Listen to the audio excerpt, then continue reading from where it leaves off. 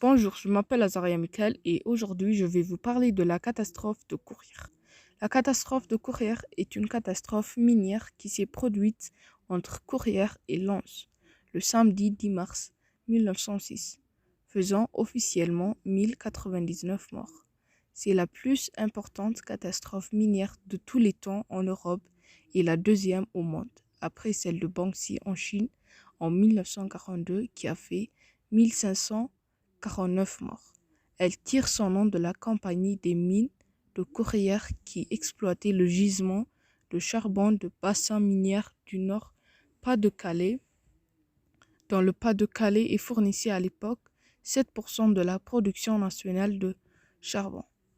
Un coup de pouce a dévasté 110 km de galeries dans les fosses, 2 à Billy-Montigny, 3 à Méricourt et 4 jusqu'à 11 à Salomine.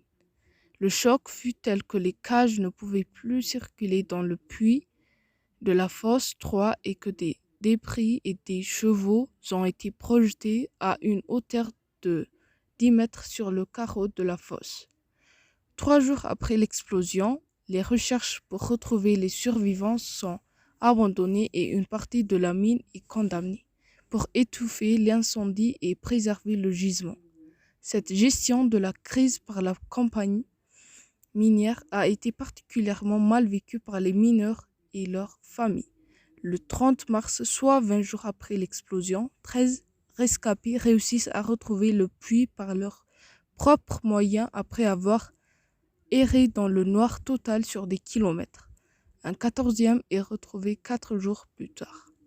La catastrophe a provoqué une crise politique et un mouvement social qui a débouché sur l'instauration du repos hebdomadaire.